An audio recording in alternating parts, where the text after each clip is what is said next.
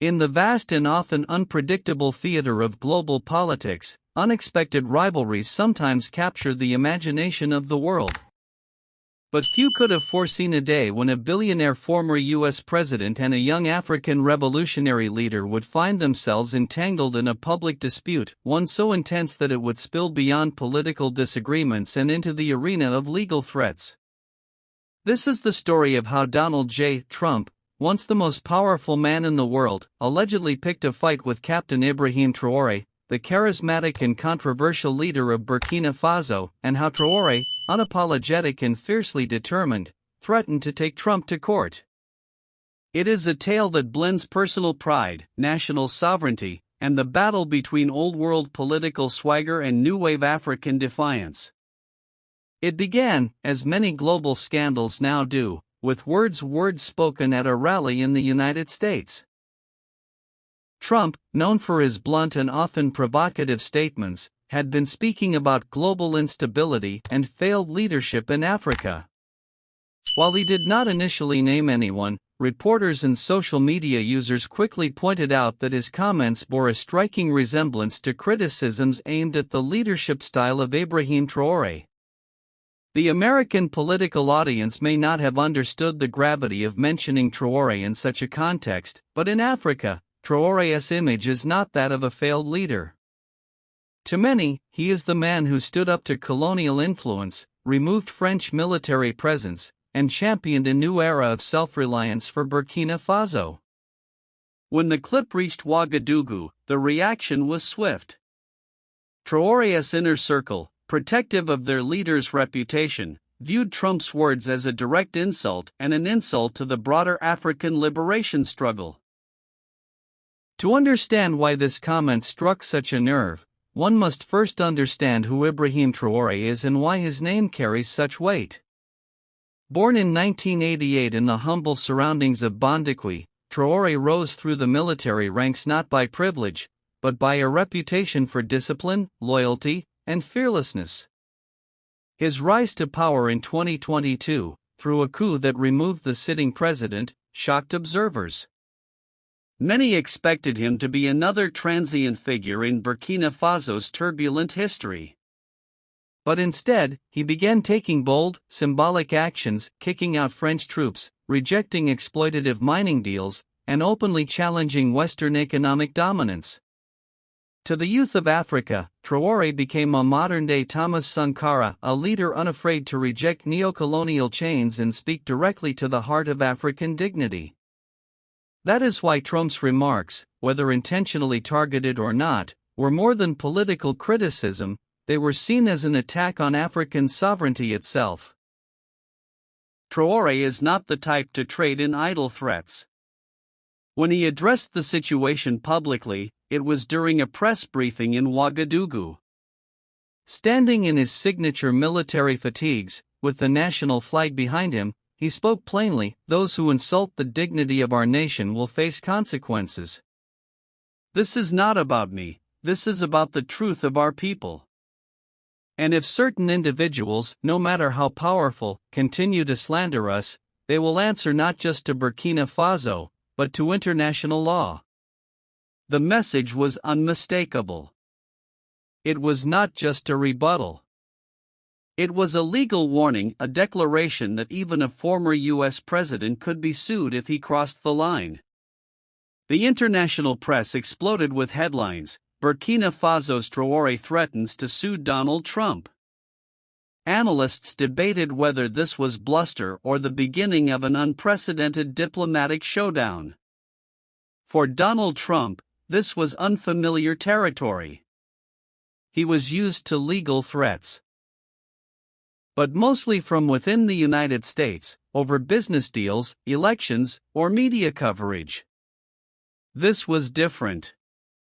This was a foreign head of state, a revolutionary African leader with global sympathy, threatening to drag him into an international legal battle. Trump did what he often does in moments of political crisis: he went on the offensive in the media, but privately began reaching out to allies. According to insiders, he contacted political figures, legal experts, and even a few diplomats with deep African connections. One call, in particular, stood out: a discreet message sent to a former U.S. ambassador to West Africa, asking how serious Traoré's legal threat could be. The answer he got was sobering: Captain Traoré is not playing politics as usual. If he says he'll take this to court, he'll do it. And the court of public opinion may be even more dangerous than an actual courtroom.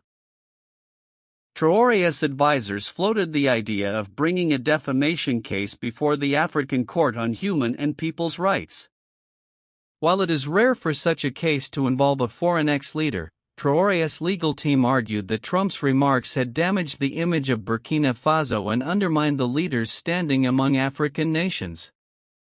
The move was strategic. It would not just be about legal damages, it would be about making a statement that African leaders could stand up to Western figures who insult them.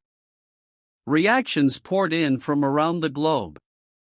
In Africa, the idea of holding a former U.S. president accountable to African legal institutions was electrifying. Social media exploded with hashtags like #Traoré vs Trump and #AfricaSpeaksBack. In the U.S., however, reactions were mixed. Trump supporters dismissed the threat as a publicity stunt, while his critics argued it was poetic justice for a man who often mocked and disrespected others. Faced with mounting pressure, Trump began reaching out to high-profile allies, not only in Washington but in foreign capitals. Sources claimed he even contacted certain African leaders he once had cordial relations with, asking them to speak to Traoré and cool things down. But here's the twist: many African leaders quietly sympathized with Traoré's position. Some saw this as a chance to redefine Africa's relationship with former colonial powers and their political heirs. Few were willing to intervene on Trump's behalf. Weeks passed, and tensions simmered. Then, in a rare move, Traoré released a public statement addressed directly to the American people: "Our quarrel is not with the United States. It is with the arrogance that thinks Africa cannot speak back. We will defend our dignity in court if necessary, but we also extend our hand in dialogue." It was a calculated shift, strong enough to maintain his image, yet leaving a door open for de-escalation. Behind the scenes, diplomatic backchannels were buzzing. It is rumored that a private conversation finally took place between Trump and a senior Burkina Faso diplomat. No one knows exactly what was said, but insiders claim the message was simple: tone down the rhetoric, and the lawsuit could be avoided. Trump, never one to admit defeat publicly, shifted his language in subsequent interviews, speaking about leaders in Africa without naming Traoré directly. For Traoré, this was enough to declare a symbolic victory. In the end, no lawsuit was filed. But the political damage and the symbolic message remained. Traoré had shown that an African leader could stand his ground against one of the most famous and controversial political figures in the world. For Trump, it was a rare moment where bravado met an immovable wall of African defiance. The episode became part of Traoré's growing legend. A chapter in the African legacy of standing up to power, written not with weapons or revolutions this time, but with the threat of law and the weight of dignity.